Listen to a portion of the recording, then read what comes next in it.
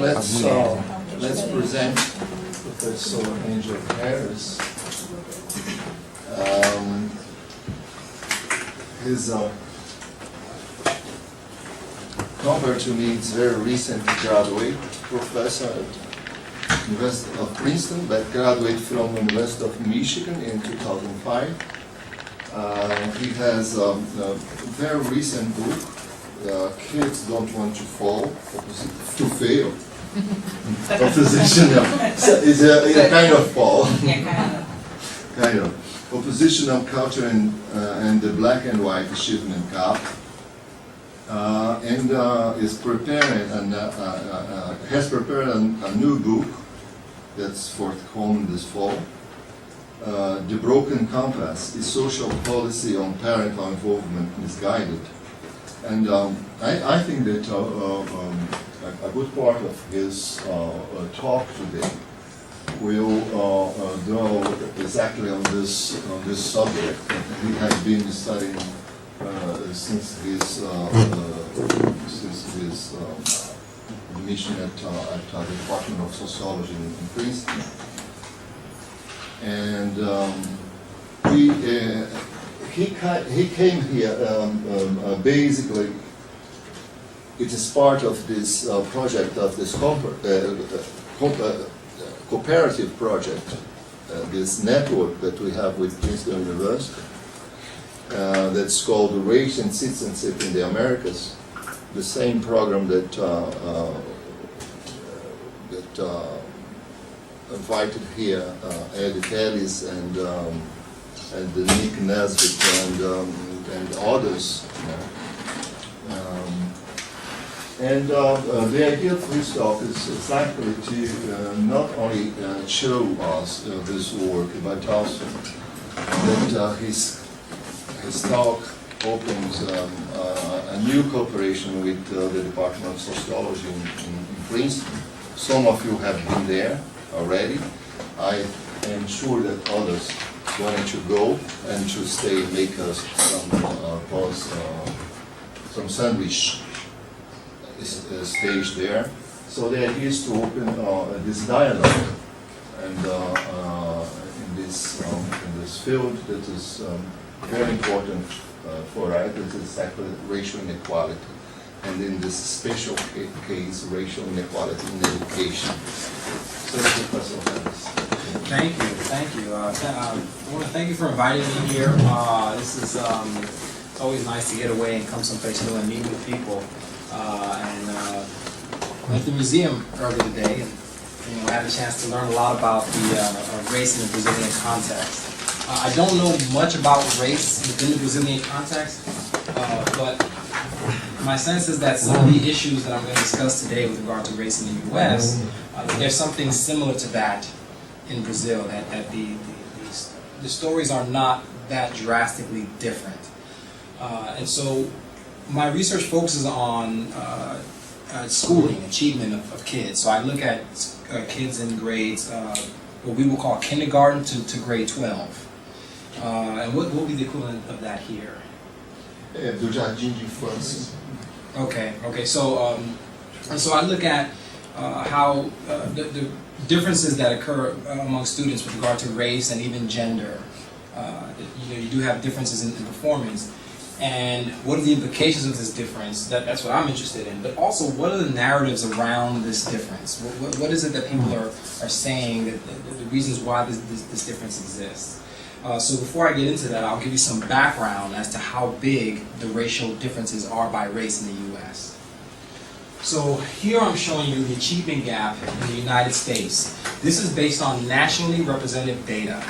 So based on the national random sample of kids in 12th grade. So the source is the National Assessment of Educational Progress. And what I'm showing you is the 12th grade achievement for whites, blacks, and Latinos, Hispanics. So each test is scaled so the 300 is considered proficient. So that if you're 300, you're proficient in that subject. What you see is that white 12th graders are closer to being proficient than black and Latino 12th graders. But in order to give you a sense of the magnitude of this gap, I'm going to put up a dotted red line. This red line is white 8th graders. So the implications here are that white 8th graders are closer to being proficient than black and Latino 12th graders. All right? So it's a 4-year gap. So this is 4 years worth of growth. Okay, so it's a pretty big gap of 4 years. Or on average, you can think of it as the average black and Hispanic high schooler is graduating from high school with 8th grade skill set. Here's the gap in a different way. So this is the same data source, but I'm showing you the percentage of students that are at or above basic proficiency level across these subjects. So whites and Asian Americans, so in the US, Asian Americans outperform everyone. So you have Asian Americans and whites who are, a greater proportion of them are considered proficient. And I'm going to highlight the bar for blacks. Less than 1/3 of black students in the US, 12th graders, are proficient in math, science, and US history. And roughly more than half, slightly more than half are proficient in math, in reading. Latinos are not doing too much better. All right, so, and the gap spans across a wide range of subjects. So we can't just think about reading or math. How is the gap changing over time? This is the gap across time. So what I'm showing you here is every decade, the U.S. Department of Education collects a large national data set every decade. And so what this allows us to do is it allows us to assess the state of American education in these decades over time. So this was the gap in 1965 from the Equal Educational Opportunity Survey of 1965, the black-white gap, standardized, because you're going across decades, so it's a different set of kids, even though they're all 12th graders, different exams, so the gap has been standardized so that you can compare across. This is in the National Longitudinal Study of 1972, High School and Beyond of 1980 and 82, the National Education Longitudinal Study of 92, and the Education Longitudinal Survey of 2006. Well, there was a study by Hedges and Newell in which they calculated the rate of decline in the gap from 1965 to 1992. And what they calculated was that the gap was declining by 0.12 standard deviations per decade. What this means is that the number of times you have to subtract this number from this number tells you how many decades it's going to take for the gap to close in reading, given the rate of decline from 65 to 92. So that's roughly about 5 to 6 decades in reading. Here's the same information for math. 0.08. So in other words, if you put this together, you see that it's going to take roughly 10 decades for the gap to close in math. A little over a century for the gap to close in math between blacks and whites, given the rate of decline. This is absent any major intervention if things keep going the way they're going. These projections stopped in the 90s. So it's known that the achievement gap in the U.S. was declining during the 60s, 70s, and 80s. But the gap, that convergence stopped in the 1990s. And so the question is, what does the gap look like since then? Here I'm showing you the gap on what's known as the SAT test, the Scholastic Achievement Test. So this is the test that everyone in the U.S. takes who wants to go to college. Right? You can take this test, and based on your scores, it determines which schools you can get into. And here I'm showing you the gap. This is the score for whites, Asian Americans, Mexican Americans, and blacks. Mexican Americans comprise about 65% of the Latino population in the U.S. The scores are not important. What's important is this was 1996, 97, 98, all the way to 2012. What's important is the fact that there's no convergence in the gap. That's what's important. And so those projections from 1965 to 1992, that said in reading the gap will close in about 5 to 6 decades, that convergence has stalled. So that now we have not even begun to cut into that projection. This is in math. Now, the primary law in the U.S. to deal with education is known as the No Child Left Behind Act. And this was a law that was implemented under the presidency of George Bush. And the goal of that act was to close the gap by 2014, by 2014. And so by 2014, by next year, we're not supposed to have any gaps in achievement by race or class. And so when I look at these data, I realized that when they came up with that goal, they were not informed about the data, or they were really ambitious in their plans, because these lines are not going to converge by next year. This is the gap on GPA. This is grade point average. So instead of tests, the grades that teachers assign in class. And I don't know, is there something equivalent to that here? Outside of tests, do students get grade like A, or B, or C? So this is grade point average. And so what I'm showing you is that in 2001, the average grade point average was 3.3 nationally, but whites were 3.36. So they were this much above the national average in 2001, and this much above the national average in 2011. That's whites. Here are Asian Americans, Hispanics, and blacks. So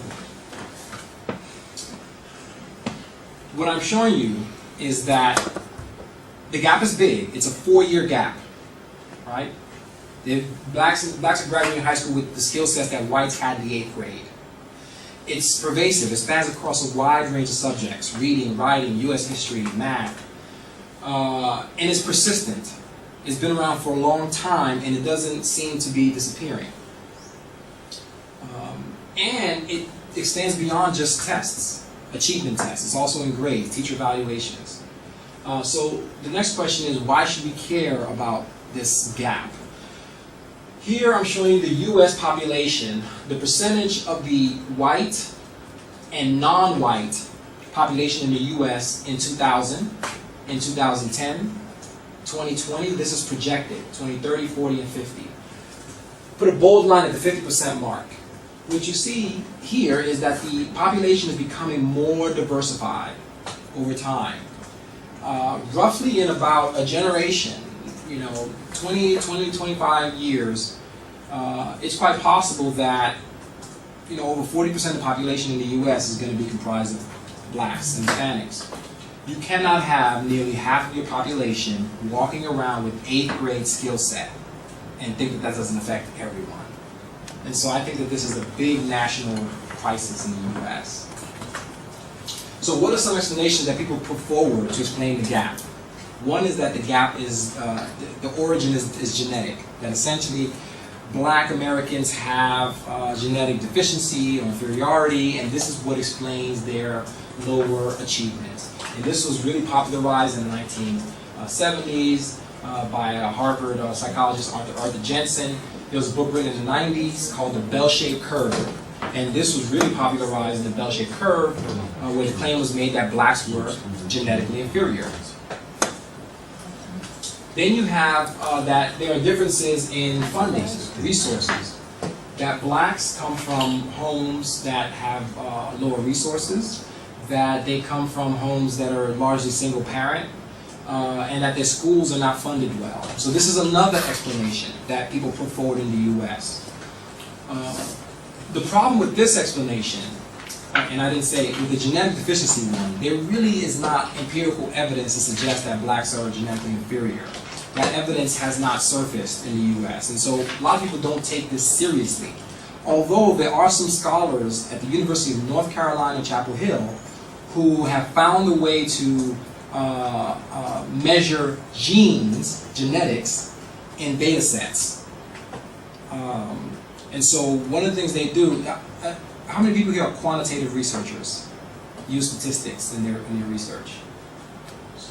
Okay, you have some. What they do with quantitative data, it may not be the best form of research. It's my brand of research. But what we usually have is, say we have a girl named John. Gene and a guy named John, and so we have a bunch of children, right, on a matrix like Excel spreadsheet, and then you have gender, like female, yes, no, wherever there's a female you put a 1, and then you have income, and you have a whole bunch of characteristics. What quantitative researchers do is we look at the relationship between the columns. We see whether or not the ones, the females, have higher earnings on this column than the males. Well, researchers have found a way to put genes in the columns. What they do is they'll take a cotton swab or a blood test, and then they're able to say gene X whatever, and they'll say, do you have it, yes or no? then they'll do another gene, another column. Do you have it? Yes or no? And so there's a data set called Adolescent Health that has 1,000 columns, and each one corresponds to a gene. And they're able to now use those genes to predict social behaviors. Geneticists say that this is social scientists doing bad genetics, because that's not how genes should even be classified to begin with. To classify them as dichotomous doesn't even make sense in the world of genetics. But anyway, I say that to say that this explanation of genetic deficiency, although it's not taken seriously in mainstream social science, there are some mainstream scholars who are now including genetic material in their research, social sciences. This one, roughly a third of the gap is explained by this here. In other words, when you compare kids who are similarly situated with regard to these factors, the gap, 2/3 of the gap still remains. Bias in testing, this is another explanation. Well, we have a gap in GPA and teacher evaluation. So then you have that schools perpetuate inequality. This is another explanation. That essentially schools prepare kids to occupy the space within the hierarchy that they come from. And then you have cultural deficiency. This is the focus of what I work on. This is the notion that the reason why we have an achievement gap is because Black Americans do not invest in education. So this is known as the oppositional culture theory. In the past 2 decades, the theory has moved from the academy to the mainstream press. So for example, there was in the Atlanta Journal-Constitution, which is a newspaper out of Atlanta, Thomas Sowell, an economist, wrote that the most painful of new developments has been a growth of an attitude in ghetto schools across the country that trying to learn is acting white. Brent Staples of the New York Times wrote that some education experts demean the gifted programs as elitist and unfair. Even rival students get into the act, harassing the achievers for acting white. Then you have Bob Herbert, who wrote, some African Americans, unable to extricate themselves from the quicksand of self-defeat, have adopted the incredibly stupid tactic of harassing fellow blacks who have the temerity to take their studies seriously.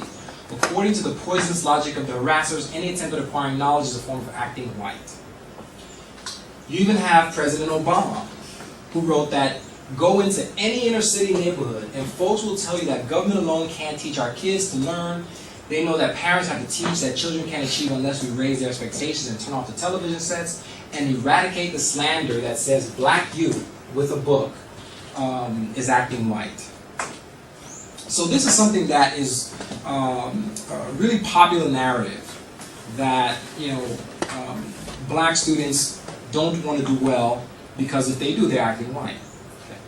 So Ogbu suggests, John Ogbu was a Nigerian anthropologist, and this was a framework that he popularized in the 1970s. It's a variation on Oscar Lewis's culture of poverty thesis. What he says is that this is a theory that applies to any country in the world. This is John Ogbu talking. This theory applies to any country in the world. All you have to do to understand why racial differences exist in any country, or group differences exist in achievement in any country, is you have to understand how groups are situated relative to the dominant group in that country. So in every country you have a dominant group. In the US it will be white Americans. Then you have what are called voluntary minorities. These are groups who willingly move to the host country. So they come in search of better opportunities. These are the people who say, my parents immigrated from Italy, from Germany, and we work hard. And so they willingly come to the country. So because of that, even though they may experience barriers initially, they say, oh, it's because we don't speak the language well. But eventually, these are obstacles that we can overcome. In the US, this would be Asian Americans. They do really well. Then you have what are called involuntary minorities. These are groups who were incorporated into the society by colonization, slavery, or being conquered. And so because of this, this group experiences barriers to upward socioeconomic mobility. And they perceive that there's discrimination, and they become disillusioned about the future and say, look, we're not rewarded to the same extent as the dominant group for the same educational credential. Right? There's a racial pay gap. And so as a result, if you perform well in school and you're black, you're acting white. You're acting like white people. And so there's a self-policing that goes on. So this is his theory. So this is the oppositional culture theory as I see it. You have racial differences in achievement. So this is signifying that achievement is the outcome, and the groups differ based on achievement based on race. Right? The reason why this gap exists in achievement is because the groups also differ on academic orientation, meaning their value to the value they attribute to schooling, how important they think schooling is, how much they like schooling, anything about your attitude or your behaviors towards schooling, I label as academic orientation. And that this differs by race. And so because this differs by race, because blacks have lower academic orientation or worse academic orientation, they also have worse achievement. And because Asian Americans have better academic orientation, they have better achievement, and so that's what explains the gap. Now, why do the children of these groups have the academic orientation that they do? Well, it's because the groups also differ in their experiences with the opportunity structure. Asian kids come home and they hear their parents say, hey, you have to work hard and you'll get ahead. Black children come home and they hear their parents say, it doesn't matter how hard you work, it's hard for us to get ahead. Right? And so the black people, the black parents have a different experience in the labor market. And so as a result, this determines kids' own perceptions of opportunity for getting ahead. And that in turn determines how much they invest in schooling. And so the oppositional culture theory suggests that black students disinvest from schooling because they hear negative messages about getting ahead from their parents. So there have been qualitative studies that have tested this theory, and there have been quantitative studies that have tested the theory. The qualitative studies tend to focus on the acting white hypothesis. That's the main thing they focus on, and they try to determine whether or not black students do not put forth effort in school because they're afraid of being accused of acting white. Quantitative studies also do this, but they're limited because they don't have as many cultural measures in quantitative studies. And it's really hard to measure culture quantitatively. How do you measure culture quantitatively? How do you put culture in a column? It's hard to do. But nevertheless, people have tried, and data sets are very limited in the extent to which you can do that. The other problem is that most of these studies have not looked at the maturation component of the theory. In other words, if I'm black and I'm resisting schooling, I'm resisting learning, I don't want to learn, that resistance should become stronger as I get older because I'm moving closer to the opportunity structure. Right? So whatever resistance exists, however resistance is measured relative to whites, it should get bigger over time. And the theory is really rich. There are a lot of components to the theory, and these studies don't look at the whole theory. So what I do is, and I'll get through this in the next 20 minutes, is I'll talk about a study in which I tested 5 hypotheses. I'll also talk about some conceptual issues with the theory. I'll talk about some findings that I use not time-use data, and I'll talk about time-use data when I get to that point. And then I'll talk about some research that I've done using nationally representative data on the oppositional culture theory. So I began by using a data set out of the state of Maryland. It's called the Maryland Adolescent Development and Context Study. It's a really rich data set, really rich. And so, usually we would prefer to use nationally representative data. However, sometimes the measures that we need, the variables that we need, or the questions that we need to ask are not contained in national data. And so regional data sets oftentimes are helpful in trying to get at some of these questions. And so the Maddox data set contained 1,400 kids, and it followed the kids over time, for the time they were in grade 7, 8, 11, and then they had 3 waves after they finished high school, the same set of kids, and their parents. So it's a really, really rich data set. And so I tested 5 hypotheses. 1, black adolescents perceive fewer returns to education. That means they expect to receive less from schooling, and more limited opportunities than white children. This is what the theory says. So I'm testing these statements. Black children have less favorable, they like school less than whites. They exhibit greater resistance to schooling than whites. The peer groups of black children have a greater counter-educational culture than the peer groups of white children. And that high-achieving black children are negatively sanctioned by peers for their achievement to a greater degree than white children. In other words, black children experience a greater social cost for high achievement than white children. So I use several measures here. Perceived returns to education. This was a series of questions that asked students, I need a good education to get ahead in life. Without a good education, I'm a failure. So there were questions like this that I combined into this variable here. Education aspirations, how far do I want to go in school? Do I want to just go to high school? Do I want to go to college? Do I want graduate school? How far do you think you're going to go? And this is the difference between the two. So that if I say I want to get a PhD, but I think I'm only going to get a master's, there's a gap there. If you say I want to get a PhD, but I think I'm only going to finish high school, that's a bigger gap. That gap should be bigger among blacks. How much you like school? This question here. How important do you think enjoyment of classes is for your school attendance? How important is the fact that you have to go to school, the reason why you attend school? This is how often do you seek help when having trouble in class, time on education activities, time on homework. So you get a sense of, by reading the question, you get a sense of whether or not black should be higher or lower on the question. The average for black should be higher, so the average for black should be lower on this, and this. It should be lower on this, higher on this. You get the idea. Black should be higher on all three of these. In other words, they skip school more, they're in trouble more often. So the way I'm comparing the theory is I am simply comparing blacks and whites. I'm looking at the average for blacks on these questions and the average for whites. And if blacks are resisting school, the average for blacks should be greater on the negative things, and the average for blacks should be lower on the positive things. So here was the model that I used. This is a very, very basic model. Basically what I'm showing you here is the average for whites, and then there's the average for blacks relative to the average for whites. So if whites average a 20, which would be this, and blacks average a 25, I'm only going to show you the 5, the plus 5, the difference, which would be that. So that's all I'm showing you, plus 5. I'm going to show you the average difference in the average between blacks and whites, and then I'm going to show you that same difference after controlling for a crude measure of background factors. I don't talk about the maturation component of the theory, because remember I said previous studies don't talk about it. I'm not going to talk about it either, because when I tested it, it was never significant, so now I realize why previous studies don't talk about it. But I did report it nevertheless. So what we have to focus on is just one number. We just got to focus on actually two numbers. It's the same number in two different scenarios.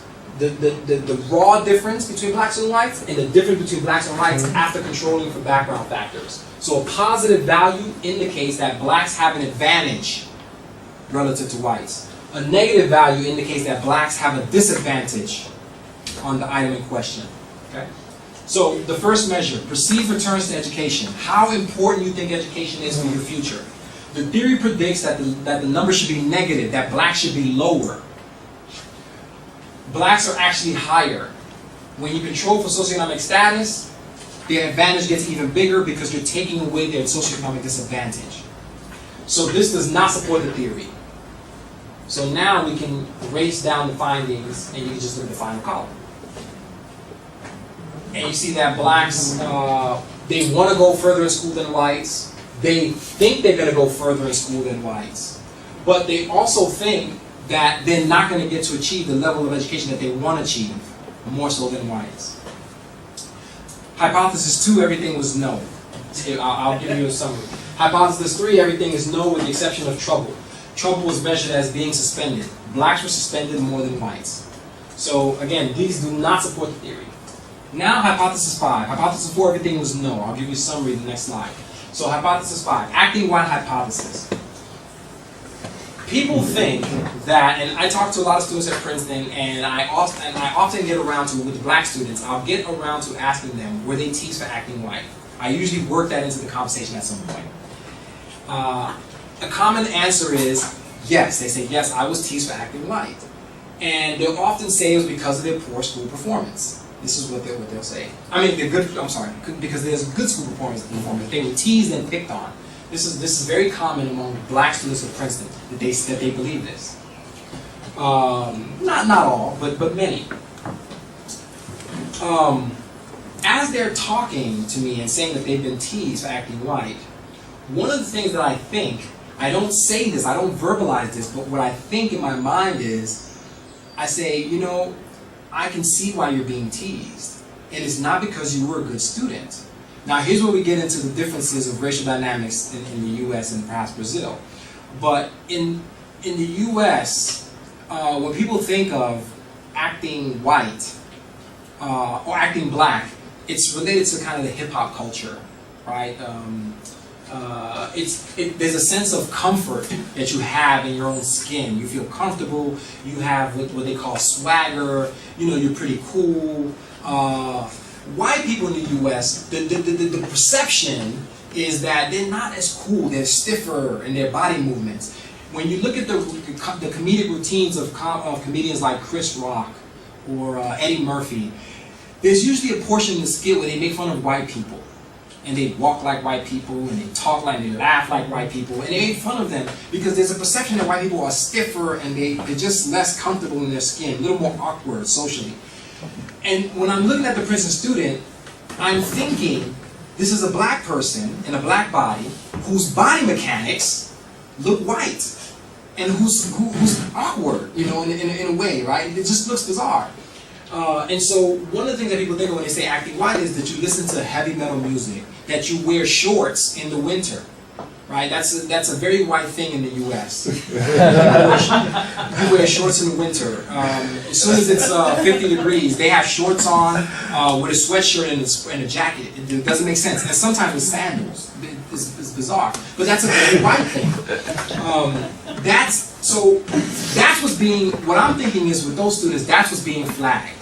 It's not the high performance. This is the wrong comparison group.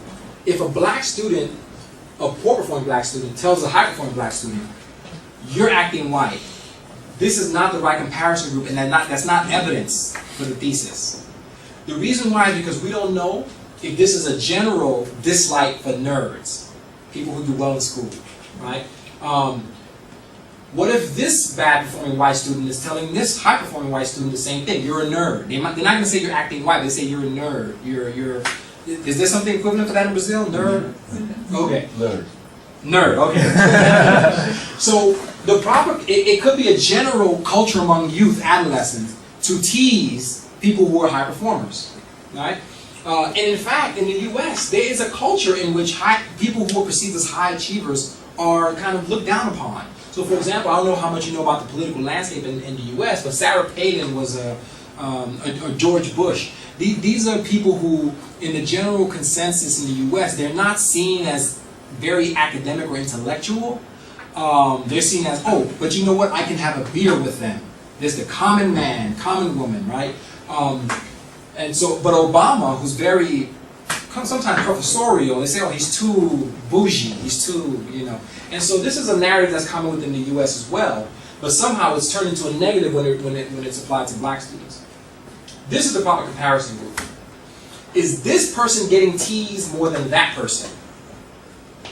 Is the social cost greater for this person than that person? That's the proper comparison group. And is this person more popular than that person?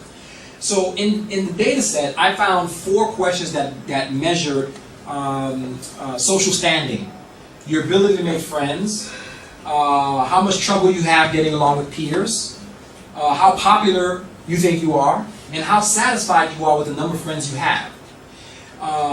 And so what I'm doing is I'm comparing black high achievers to white high achievers, and black low achievers to black high achievers, black low achievers, or white low achievers. So here I'm showing you that black high achievers do not have harder time making friends than white high achievers. Black low achievers do not have an easier time making friends than white low achievers. Black high achievers do not have more trouble getting along with peers than their white counterparts. And black low achievers do not have less trouble getting along with peers than their counterparts. Black high achievers are not less popular than white high achievers. And low achieving blacks are not more popular than their white counterparts. So basically, black high achievers are not different from white high achievers on these questions. There was another question that asked students, is getting good grades acting white? The students were asked this directly. And for the black sample, what I did was I divided the black sample into different groups. Low achievers, which are the bottom 25% of the achievement distribution, the top 25% of the achievement distribution, and the middle 50. And I determined what proportion of each group agrees that getting the grades is acting white. There are some black students who believe getting the grades is acting white, but it's not the majority. And in order to support the theory, you would expect that a greater number of these kids do so than these kids.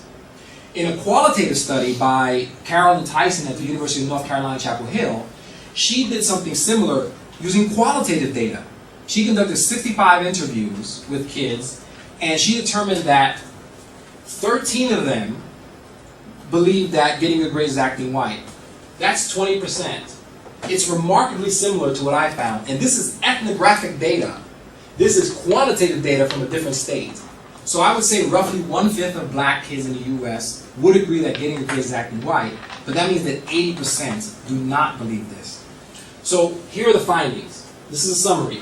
Everything in blue does not support the theory. This is where you saw a no down the row. Everything in red supports the theory. If this were your theory that I was testing, you'd have to be incredibly unlucky for the findings to come out this way. So that begs the question, why is the framework not working? Why is the theory not working? In other words, why am I not finding support for the theory? Okay, so opponents of the theory say there's no support for the theory, the data doesn't support the theory, we need to forget about it. Blacks perceive value of education. People who support the theory say, no, black Americans, since they have an unfair experience in the opportunity structure, anytime they express attitudes that are favorable towards schooling, you have to disregard that. Because it's wishful thinking. Because they simply do not match their aspirations with effort. If they actually believed it, they'd be doing better. Okay? So, it's not straightforward. This was called the attitude achievement paradox, that young blacks are not bewitched by the rhetoric of equal opportunity through education. They hear another side of the story at the dinner table. So it's not straightforward because oftentimes in the US, studies show that blacks who are most likely to express belief in barriers to upward mobility are those who are successful academically, those who are hitting their heads against the glass ceiling. So what I did was I asked two questions. Do black adolescents perceive lower benefits from schooling than whites? And do they perceive greater barriers that schooling will not allow them to overcome than whites? And the finding was yes to both. That essentially, before controlling for social class, this is after controlling for social class, black youth attribute more value to schooling than whites. So I'm showing you the difference. This was on a scale from 1 to 5. So if whites were 4, blacks are 4.14. Right? So blacks are higher on this, even when you control for prior grades, and their advantage disappears when you control for the messages they receive from their parents. In other words, part of the reason why they believe this more, black youth believe this more, is because they're hearing more about this from their parents and peers. They also perceive more barriers that schooling is not going to help them overcome. People like me aren't treated fairly at work no matter how much education they have. Black folks believe this as well. So they believe that education is going to help them, but then they also simultaneously believe that they're not going to be treated fairly. So they hold both these beliefs more than whites. The question becomes, which of these beliefs is consequential for achievement? So here I'm showing you grades is the outcome, achievement. So the way to read this is value of schooling. This is very low value to schooling. If you score 1, you're very low. So on average, blacks who score 1, their GPA is right here. Blacks who score 5, they attribute a lot of value to schooling. Their GPA is right here. What you see here is that there's a difference between blacks and whites in grades, but that the slope is the same. In other words, they both benefit equally from this belief. Perception of barriers is inconsequential. Whether you have high barriers or low barriers, the achievement doesn't vary. Right? And so the same thing for college enrollment, the odds of enrolling in college. Perception of barriers was not consequential for either group, blacks or whites. So people ask, how does this make sense? How do we make sense of this? What groups? So I think that it makes sense because you have to think of groups in society that benefit less from something but invest more in it. And I don't know about the Brazilian context, but in the US, women are outperforming men in education. And it's a big difference, right? So, for example, but they also earn a lot less. So here I'm showing you, this is the, for every dollar that men make, college graduates, women earn 83 cents. So there's a gender wage gap in the US. I don't know, is there the same thing here in Brazil? Yes. Oh, really? So women earn a lot more than men here? Yeah. Is the other way around? Right. That's true. Yeah. So here, women earn less than men in business, education, engineering, health, social science, humanities. They earn less than men. 85% for every dollar men earn. This was back in 2000. They earn less. But this is the percent of bachelor's degrees, 4-year college degrees awarded to women in 1970 and in 2001. The percentage of bachelor's degrees awarded in biology in 70 and 2001. More than half of the bachelor's degrees awarded in biology are to women at the turn of the century. Women are not only are they catching up, but they catch up over time, but they're earning 65% of the bachelor's degrees awarded in the United States. But they're also getting paid less. So here's a group that is investing more in education, despite the fact that they are disadvantaged on, you know, when they go out to the labor market, they're not getting the same treatment. So it's not puzzling then why, you know, when people say why would blacks invest when they're not going to get rewarded, well then why would women invest when they're not going to get rewarded? In this context, it seems to make sense. And so the only way to make sense of this is you have to say, okay, what's happening is that women are not aware that there's a wage gap in the labor market. And so they invest in college because they're not aware of it. And then once they graduate, that's when they experience the wage differences, right? In order to make the theory make sense. Otherwise, why would they invest? So I wanted to test, is it that women are not aware of the wage difference and that's why they are outperforming men in education? And I'm thinking about really kids, adolescents. So the question is, are girls less aware of these things? So this is 8th graders. How much do you think discrimination because of your sex will keep you from getting the job that you want? This is white women, white girls, and black girls. How much do you think that discrimination because of your sex will keep you from getting the education that you want? This is white girls, black girls. This is white guys, white boys, black boys. How much do you think discrimination because of your race will keep you from getting the job you want? Black boys, black girls. And how much do you think discrimination because of your race will keep you from getting the education you want? Black boys, black girls. The interesting thing here is that white males are the most protected by their race-sex combination. But here it seems that girls are aware, as early as the 8th grade, that at least they perceive that they're going to experience some discrimination because they're girls, because they're females. Is it hard to get ahead because of your sex? White girls, black girls. Hard to get ahead because of your race? Blacks, black boys, black. Makes sense.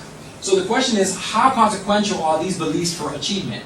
So here I'm going to show you, do you believe that, how hard is it for you to get the job you want because of your sex? Remember that question? Your sex will make it harder for you to get the job that you want. What I looked at is, do girls who believe this, who say yes, those who say sex is going to be a barrier for my job, do they differ on educational aspirations from those who say no? Right? And the answer is no, they don't. Not significant. In other words, there's no difference on how far kids want to go, how far they think they're going to go, whether or not they believe effort in school leads to job success later on, how often they seek help when having trouble in school. In other words, there's no difference on these factors between kids who perceive that sex is going to not allow them to get the job they want and those who don't believe that. In fact, there's one difference. Kids who believe that sex is going to be a barrier for their job have higher achievement. Now I'm going to put up the rest of the findings. Most of them are not significant. There are 54 pairings here. And of the 54, only 2 go in the direction the theory predicts. After this, I was fairly convinced that perception and barriers do not determine how much people decide to invest in schooling within the U.S. with regard to race or gender.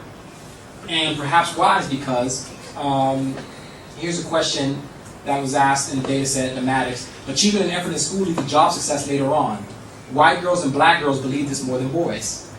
So they understand that there are barriers, but they also understand they're better off with an education than without. Grades are very important to you. White girls, black girls. So here you see, I have to do well in school if I want to get success in life. White girls, black girls. Believe this more than boys. So white girls and black girls are investing more, and they believe more in what education can do. But they're also aware that they can distinguish between what education can do to benefit them, but they can also distinguish between that and what it can't do, which is bring about equality with males. So to move to time use data, because I wasn't finding support, I looked at a data set that had children document. This is a nationally representative data set. Very, very, very good data set out of Michigan, panel study of income dynamics. And here they asked parents to document what kids did over the course of a 24-hour period during a weekday and a weekend day. And so you have a 24-hour period documented, every activity the kid did. And what I did was I wanted to determine how many of those activities were on academic stuff and how many were on non-academic stuff. So during the weekday, outside of school, I found that both blacks and whites were spending the same amount of time on academic activities outside of school. They're spending their time differently, but they're spending about the same amount of time. This says nothing about the quality of time, right? Because I can invest more time in homework than you, but I could be doing a much worse job. Right? So this is not about quality. But they're spending the same amount of time. On the weekend, there's a difference. Blacks are spending less time than whites on the weekend on academic activities. So if you double this, a weekend day, if you double this to get a typical weekend, you end up with a difference of 35 minutes. Blacks are spending 35 minutes less than whites. Well, when you control for parents' income, that difference becomes smaller.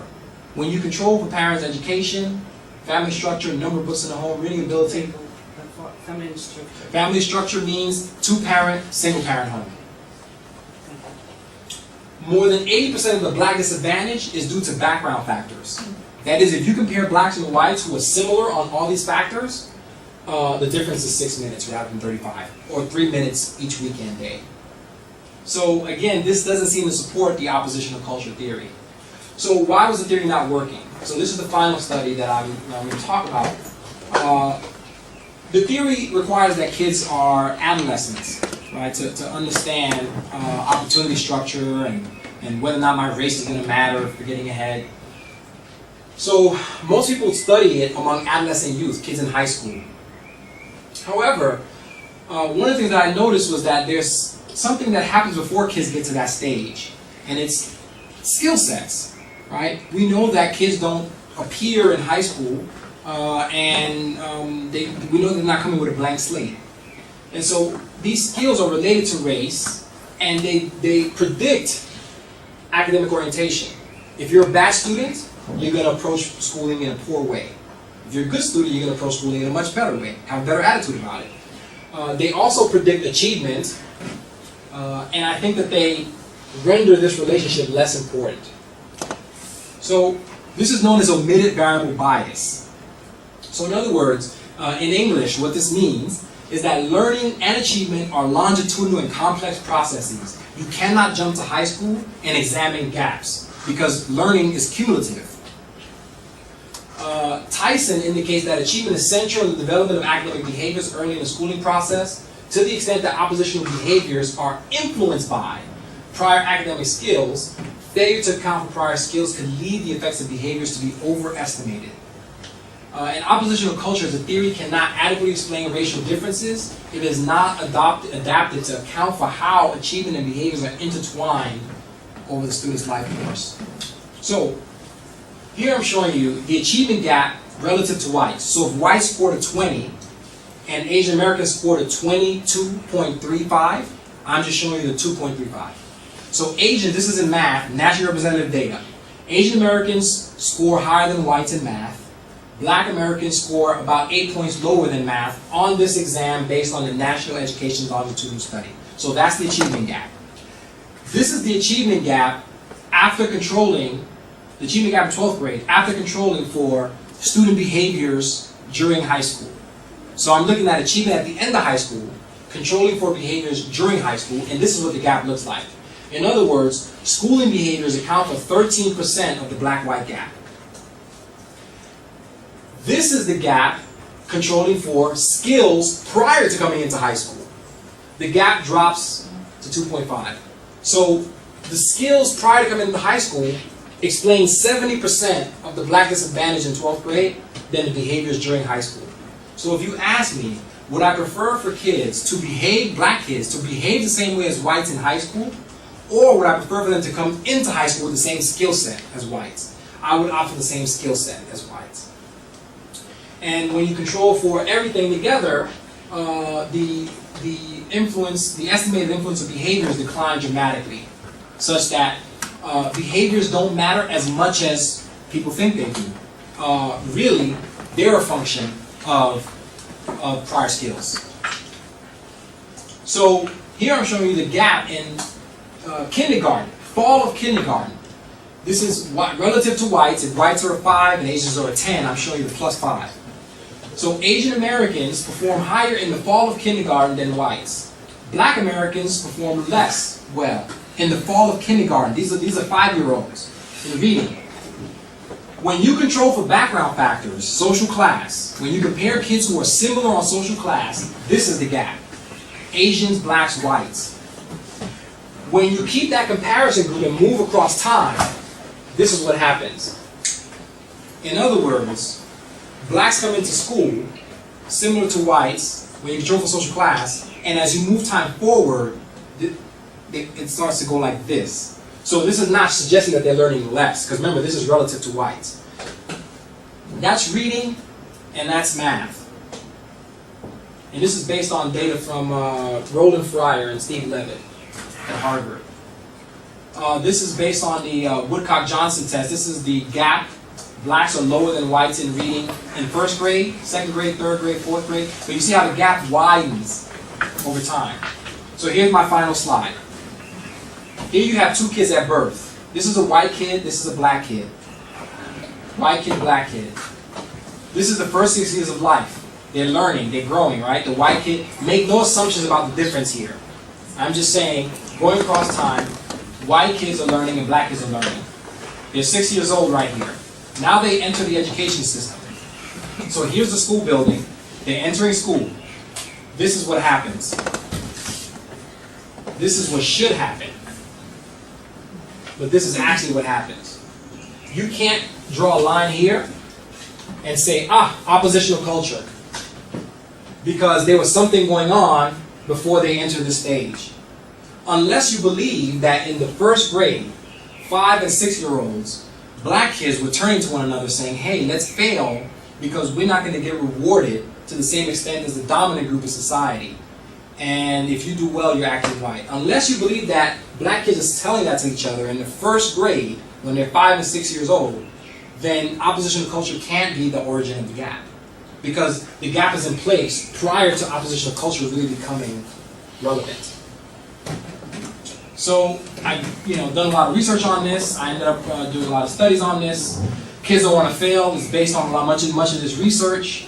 Second book, which is coming out next month, is looking at parental involvement, really getting at the notion that the reason why black and Hispanics do worse is because their parents don't care about schooling. And so I kind of get at that here. I also look at parenting by social class. And in general, I find no support for this cultural deficiency narrative in the U.S. empirically. Thank you.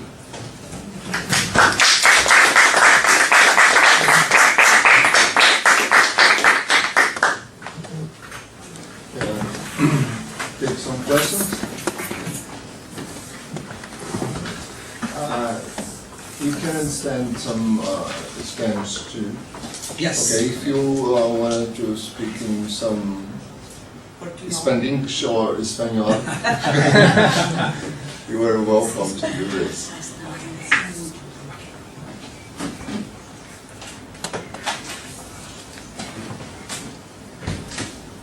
So I actually have a question for you all. Is this so the oppositional culture theory that I described? Is there a similar narrative to that here in Brazil? Is there a narrative that's kind of similar to this? When people think about the achievement gap here in Brazil. Yeah. So this is kind of what I was trying to, I'm trying to gauge. I think it's pretty the same. Yeah. Yeah, the idea that race doesn't matter is replaced by the idea that culture does. So this is the main narrative. That is, if there's nothing about race, there's something about culture, about values, familiar values, etc. So those theories are very popular here. Yeah. And it's difficult for people disbelieve in it. That is. Right.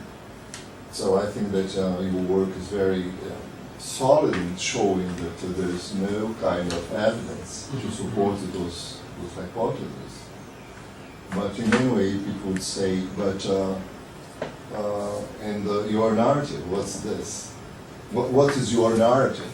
How do you explain? Because the gap exists, it still exists. Yeah. And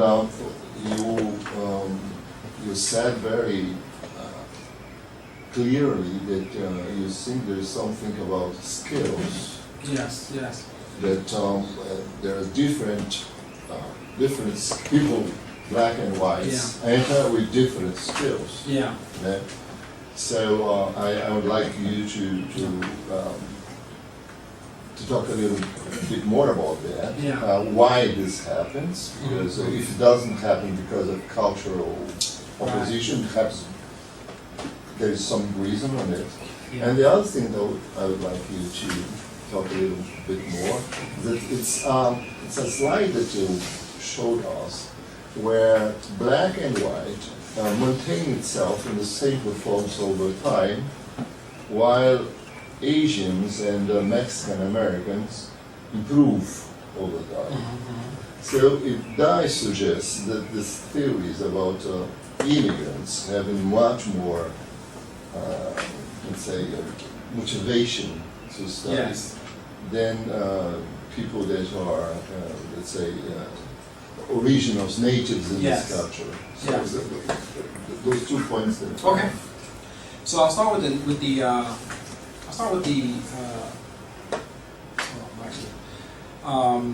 was the first question was the persistence of the gap. Okay. So there are numerous studies that show that there is unconscious bias in the classroom that teachers hold based on race. And so,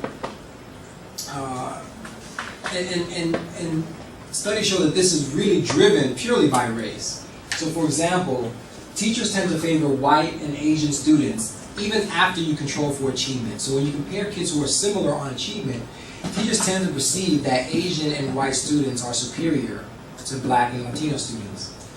And these perceptions are also driven by some cultural stuff. When I say cultural stuff, I mean popular media. So I don't know how familiar you are with the gang culture in the U.S. There's a really bad gang culture in L.A. where there are a lot of shootings and kids were getting involved in gangs. Is there something equivalent to that in Brazil? Gangs? Yes. Okay. So there's bad gang culture in the U.S. Now in L.A. it's really prevalent, and the stereotypes develop about these gangs. And so in a school, if you see an Asian kid who has his hair slicked back, well then that's just an Asian kid who has his hair slicked back.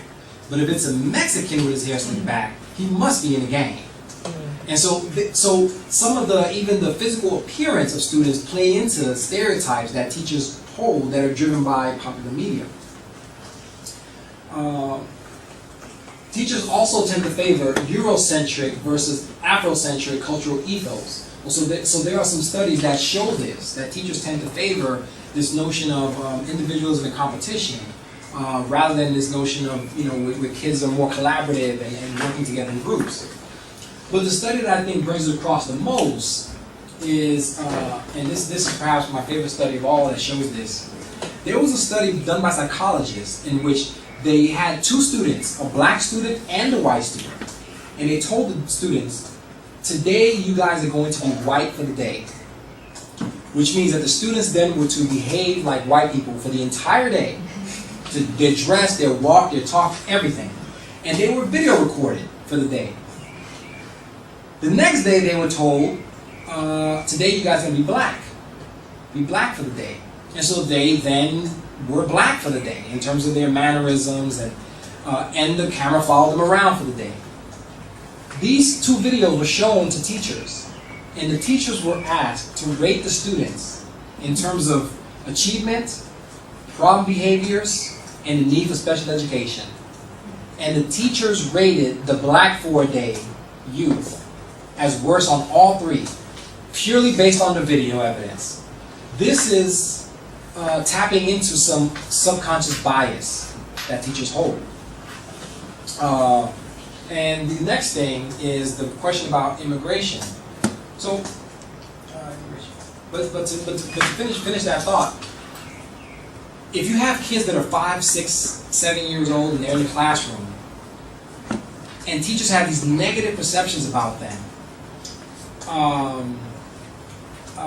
the teachers are, in some way evaluating them more negatively, and it might not be that they're aware of it. They might not be aware that they're doing this. There's subconscious biases that people have. So I'll give you a personal example. American football. In American football, we have college football, and it's really big in the States. You have big stadiums. And I remember I had a conversation with a friend of mine who played college football, and he's a professor at the University of Texas. And we were talking about different coaches that we liked. Coaches would be the manager? We talking about coaches that we liked and didn't like. And you know how in sports there are people who you love and then there are people who you hate. But you don't hate them for real. Usually it's sports hate. Like I hate Beckham, even though you don't know him. So I was going down a list of coaches that I hated. And he said, you know what, Angel? Every coach that you say you hate, every black coach that you say you hate, is fat and black. And I stepped back, and we went down the list, and he named all the coaches that I said I hated. And I said, you're right. And then the coaches that I liked, the black coaches that I liked, were fit. They were fit. They were relatively attractive. But when I said I liked them, I wasn't thinking about that. And so he said, you're not that you're racist, but you're fat blackist. You have something against fat black people in this context. And I started thinking about that, and I said, you're right. You're right. And I wasn't aware of that unless somebody brought that to my attention. I said, you're right, I am. And I got to the bottom of perhaps why is it? I'm ashamed at the fact that these black coaches go into the homes of white people to recruit their kids to come play for the college. And that's what the white people are seeing. This fat black person that's out of shape, that's perpetuating the stereotype of blacks being out of shape in the U.S. Obesity. And so this was my shame that was coming out. So anyway, I think we all harbor something like this. We just may not be aware of it, or we may not even talk about it. The last example I'll give is a great one. I had a colleague who at Princeton who did his PhD at Texas. And he said he went to Texas to visit his advisor. He went to Texas, and his advisor tells him, when you get into Texas, Austin, UT Austin, call me as soon as you get in town. Just call me. Doesn't matter what time it is. Give me a call. He says he got into town. It was like 10:30 at night. He calls his advisor. His advisor says, come over. Come to my house. So he comes to his advisor's house. The advisor opens the door in his robe. Hey, come on in. Have a seat. The advisor's wife comes out in her nightgown. Hey, and gives him a hug. She goes back to the room. So he's sitting there talking to his advisor. He tells the story to a postdoc at Harvard. And she tells him, your advisor's sexist. And he says, how so? She said, that's a sexist encounter because I would never have access to him in that context. He would never invite a young woman to his house that late at night. So over the course of a PhD program, you have many more encounters with your advisor on an informal level, more mentorship, more side conversations that I can't access as a woman. That's sexist. And he's like, you know what? He's right. Subconsciously, I think this is happening in schools. Okay. In terms of immigrants, this is, let's say we're looking at immigrants, so in Africa, who are the people that can immigrate to Africa, to the U.S.? This is the distribution of socioeconomic status. This is the distribution. So you have people in the middle class, people who are wealthy, people who are poor. Who can move across the globe, right? It's not going to be them. It's these people. These are the ones, if you tell Brazilians right now, okay, some of you have to move to China, it's not going to be the poor ones that can do it. It's going to be your more affluent ones that can afford to do that and maintain. So these folks here immigrate to the United States. So this is the white distribution of socioeconomic status. This is the African distribution of socioeconomic status. And this is the Black American distribution of socioeconomic status. What's happening is that this group here, this small group here, comprises this red distribution. And this red distribution is being compared to the entire black population. When in actuality, what should happen is that the African all-stars is a sports term. Like the real, I don't know soccer or football, but you know, Kaká is supposed to be a star, right? Real good. Seleção. Okay. The all-star Africans are being compared to the average black population, when in fact they should be compared to the all-star black Americans. So who are the all-star black Americans? It's people who live in a state other than which they were born. The internal migrants, children of faculty. And when you compare immigrant blacks to black Americans who migrate internally, there are no differences in the labor market in terms of wages or in education. So it's the wrong comparison group. When you look at immigrants are, they say, oh, look, I came from Nigeria, and so Nigerians are superior. That's not true. You're the best of Nigeria, and you're comparing us to the average Brazilian. You should compare the best of Nigeria to the best of Brazilians. And once that's the right comparison group, you see that many differences disappear. So that's the immigration answer. Yes? I'd like to address two questions. First, I don't know if you're familiar with studies conducted by Annette LaRue. Yes. They're basically ethnographic studies, and they aim at translating Bourdieu's work to the USA. In one of her last studies, called Unequal Childhoods, she argues that being middle class or working class matters much more than being black and white. Of course, it's study based on a small number of families. I believe she interviewed and visited 8 different families, 4 white, 4 whites, 4 middle class families, 4 working class families, and 2 poor families. It was 12 families. 12 families, I think. 12 families. And but she couldn't find any significant difference between black and white middle class families. So the first question is, what do you have to say about that? Yes. Well, Annette LaRue is it's a classic study, well cited, really big. And what she did was she basically found that middle class kids are raised to have a sense of entitlement. They're raised to be comfortable speaking to adults. They're raised to look adults in the eyes and shake hands because they, their parents engage in what's called concerted cultivation. The parents cultivate their children, engage them in many extracurricular activities in which children are in contact with adults and authority figures. And she says working class parents or poor parents do not engage in concerted cultivation. They engage in facilitation of natural growth. As long as I feed you and clothe you and make sure you're still alive at the end of the day, that's my parenting. Right? So there's no cultivation. And this falls along class lines regardless of race. Well, the problem with that argument is that I think she takes race out of the story a bit too much. And I think it's driven by an attempt to downplay the fact that, not the fact that race matters, but more so to stay away from the controversial issue of, well, black parents parent in an inferior way, right? And so let's keep the discussion on class so that we don't have to go there.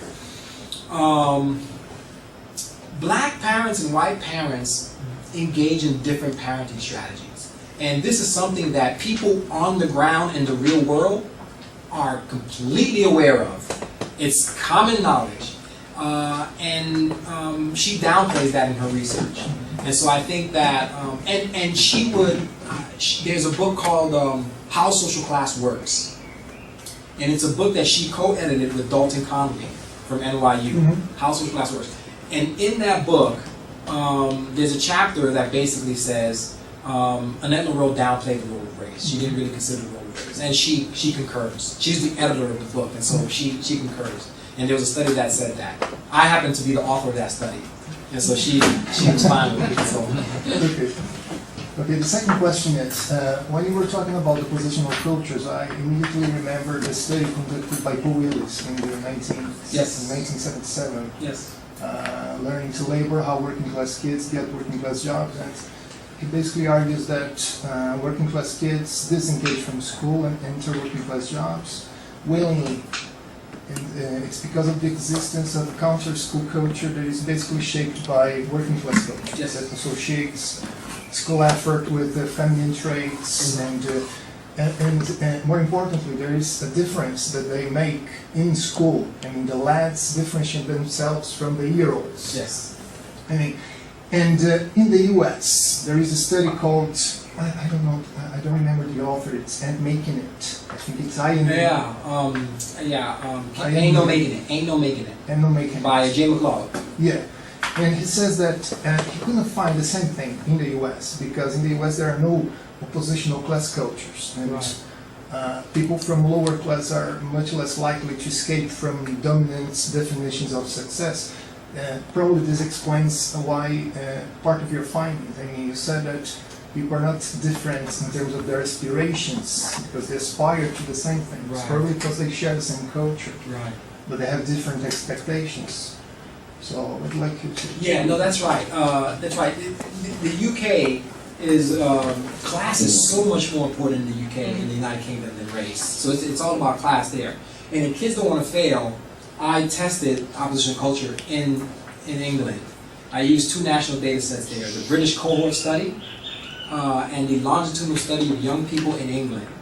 And there, the findings were the same as in the US. I found no support for oppositional culture in the United Kingdom. That blacks and Asians did not fare worse on academic orientation than whites in the UK. When I tested it in the UK by class, because I stratified the sample by class, I then found patterns more consistent with the theory. So, it could be that our group is really telling a class story, but applying it to race. And so by doing that, it perpetuates this narrative about racial differences and racial deficiency narrative, when in fact it's something that might find more support in the data using a class-based analysis. The other thing about the U.S. context, one of the reasons why, okay, the other thing is there's a difference in methodology.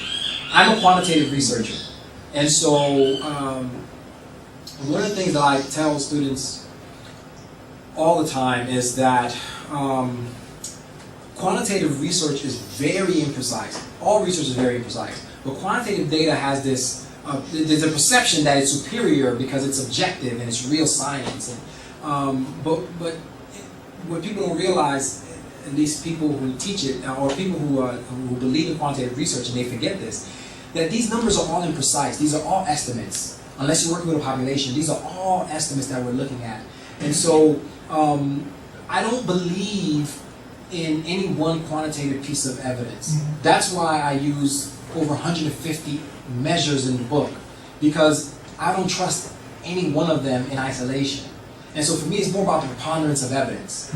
If in fact oppositional culture exists, forget about trying to find the perfect measure.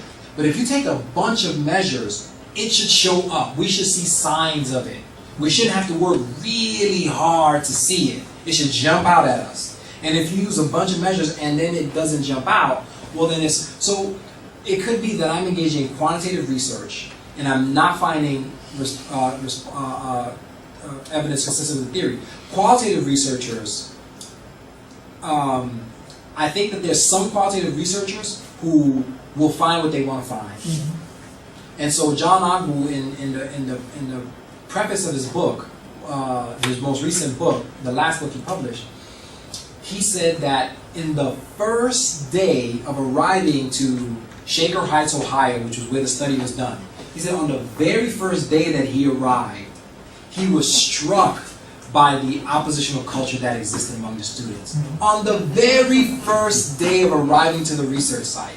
And so once I read that, I said, well, you know what he's going to find. Right? And so I'm not accusing qualitative researchers of doing that. But what I am suggesting is that when someone has a strong political stance or position towards something, that tendency does exist. Can I ask another question? There's another researcher called John Goldfarb. You can know him. He's very popular in England and in the US, I think. And part of his work is like yours because he built his theory against what he calls culturalist explanations of educational gap in social. What's his name? John Goldfarb. John Goldfarb is a professor at Oxford, and he basically says that we don't have to assume the existence of different cultures among social classes. To explain social class differences in educational achievement. He says that we just have to assume that people, because of their class positions, they are faced by different opportunities and constraints because of their class positions. I mean, working class children are much less, it's much less probable that working class kids success in schools if they choose long school trajectories. I mean, if they try to go from high school to university. I mean, so the point is that there are no significant differences in class cultures, but significant differences in the opportunity of the structures and constraints people face. I mean, so how does this explanation differ from yours? Yeah, well, people can't see social structure.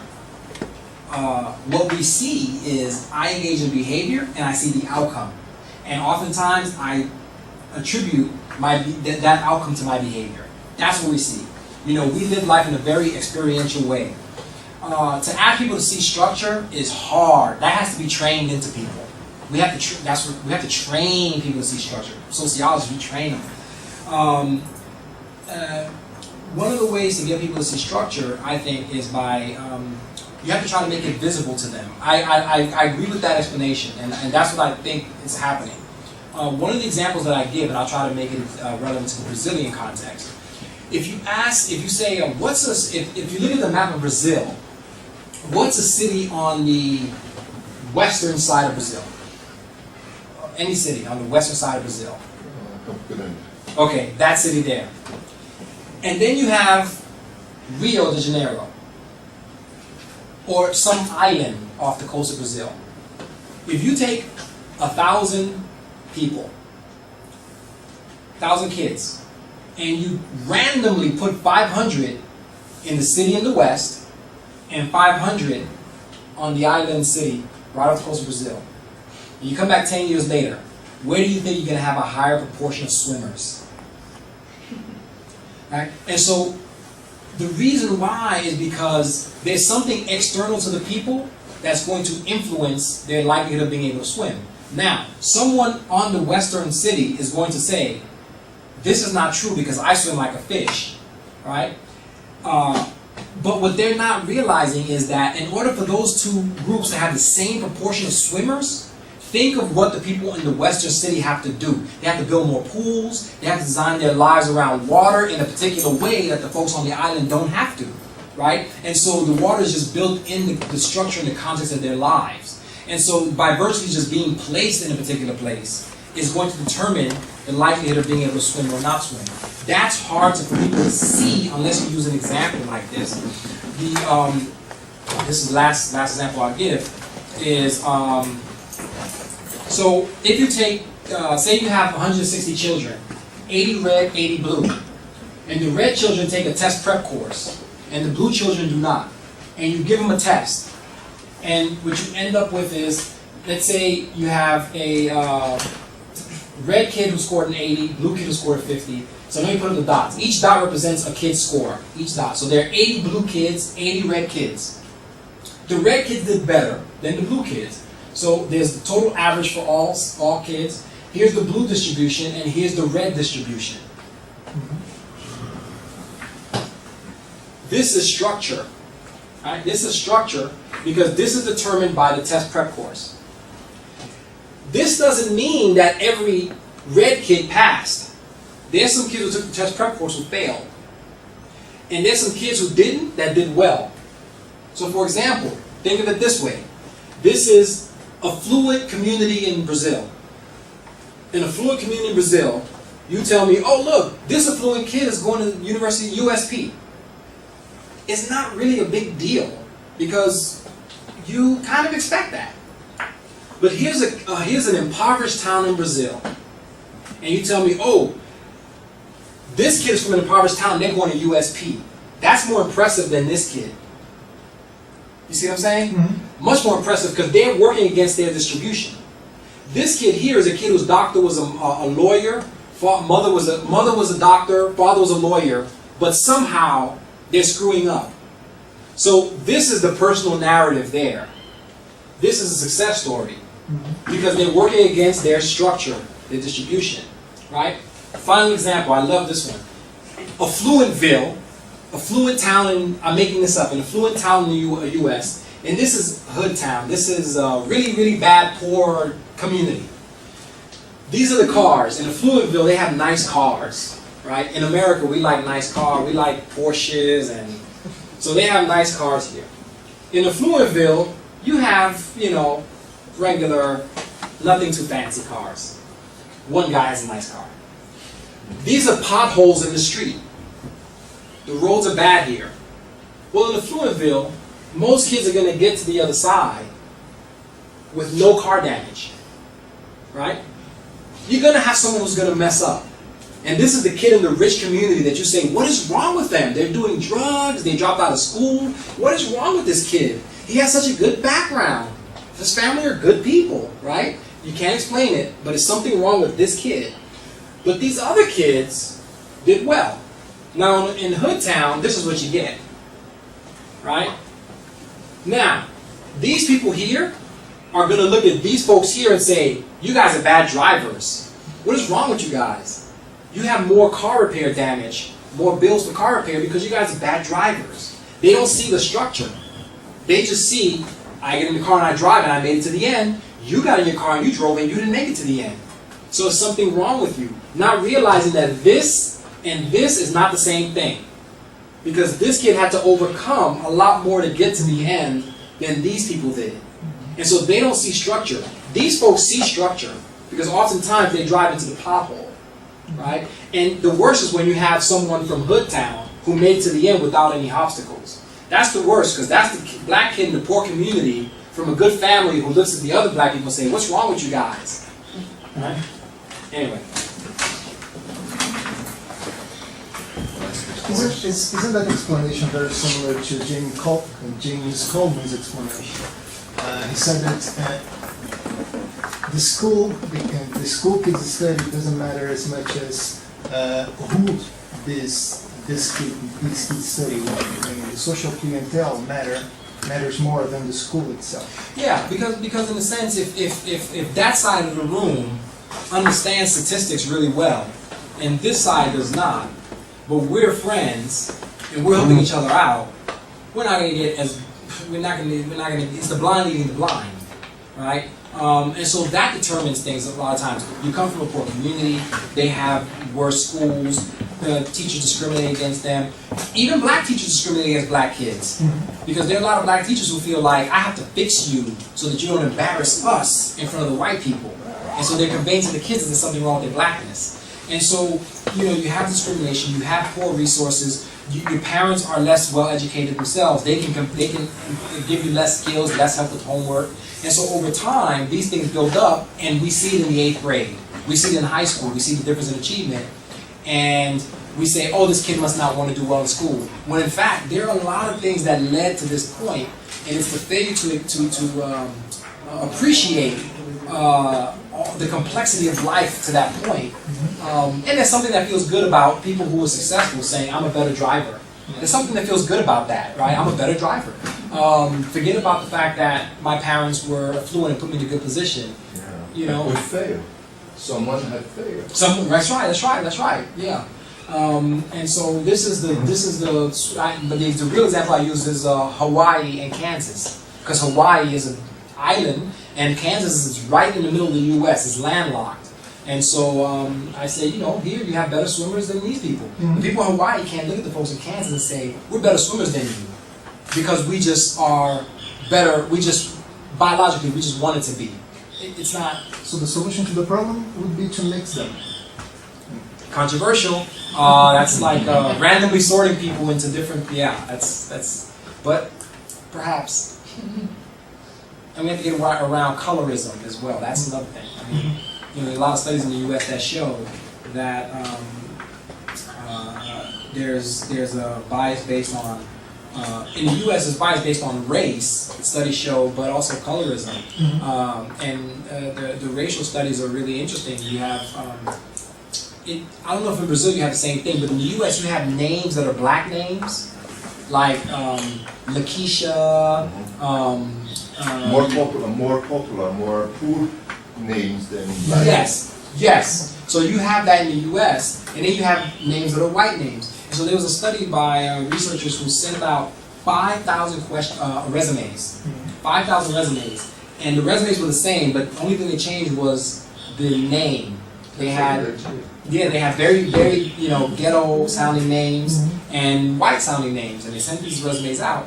And the white-sounding names received 50% more callbacks than the black-sounding names. Now one can say, well, it's because people are not going to call someone who they can't pronounce the name correctly, so maybe that's a bias there. You know, there are issues with this, but there's study after study that shows that blacks have a worse time in the labor market than whites, based on race and color. And so I think that that's something that's going on. But you know, it's hard to. Black scholars have no problems talking about it in the U.S. And academics will talk about it, but I think, you know, there's a sense in which people would like to believe that that's not going on. Yeah.